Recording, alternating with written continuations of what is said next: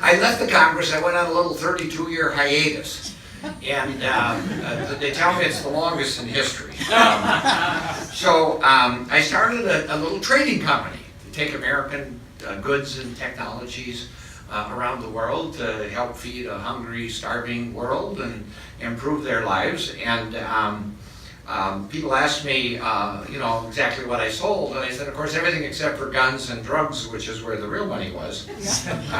But I managed to make a good living, and I did a lot of work in the Middle East. In fact, I lived in the Middle East, and I studied Arabic while I was there, living there.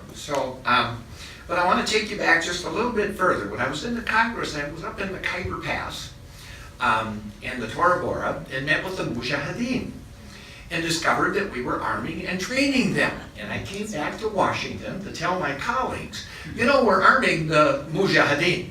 And my colleagues said, oh, no, of course we're not, Nolan. You're a member of Congress. We would know that, wouldn't we?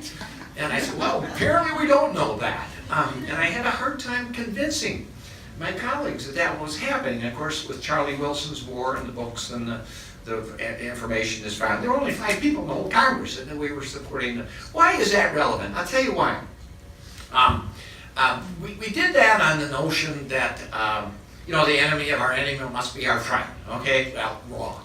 The Mujahideen morphed into the Taliban, which today controls at least half of Afghanistan, and they morphed into Al Qaeda that bombed the World Trade Center. Now, we didn't arm or train any one of them for that purpose, but that is in fact what happened. And if we had time tonight, I could take you through every phase of not just Afghanistan, but Iraq and Syria and Yemen and Somalia and all the other wars. We have been on every side in every conflict at one time or another. And that's the God's truth, and if you want to come back sometime, I'll be glad to take you through it. And the president himself acknowledged that just Iraq and Afghanistan cost $6 trillion. $6 trillion. Imagine that. And there's another $2 trillion going forward to take care of the veterans who lost arms and legs and limbs and irreparable damages to their own lives and their family lives. That's $8 trillion.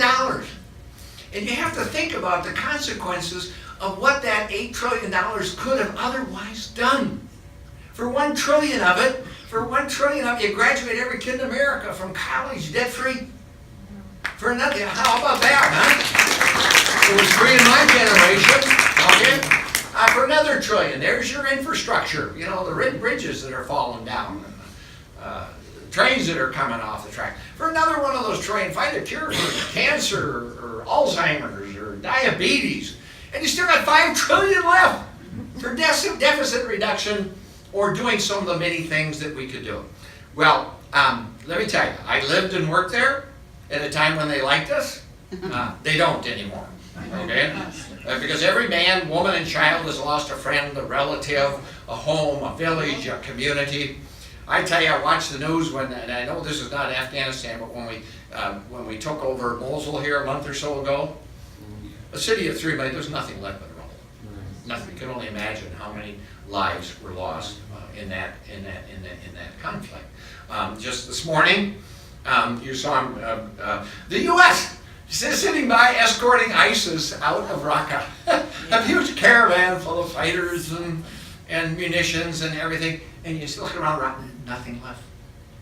Nothing left. The cost in blood and treasury and the folly of it all is unimaginable.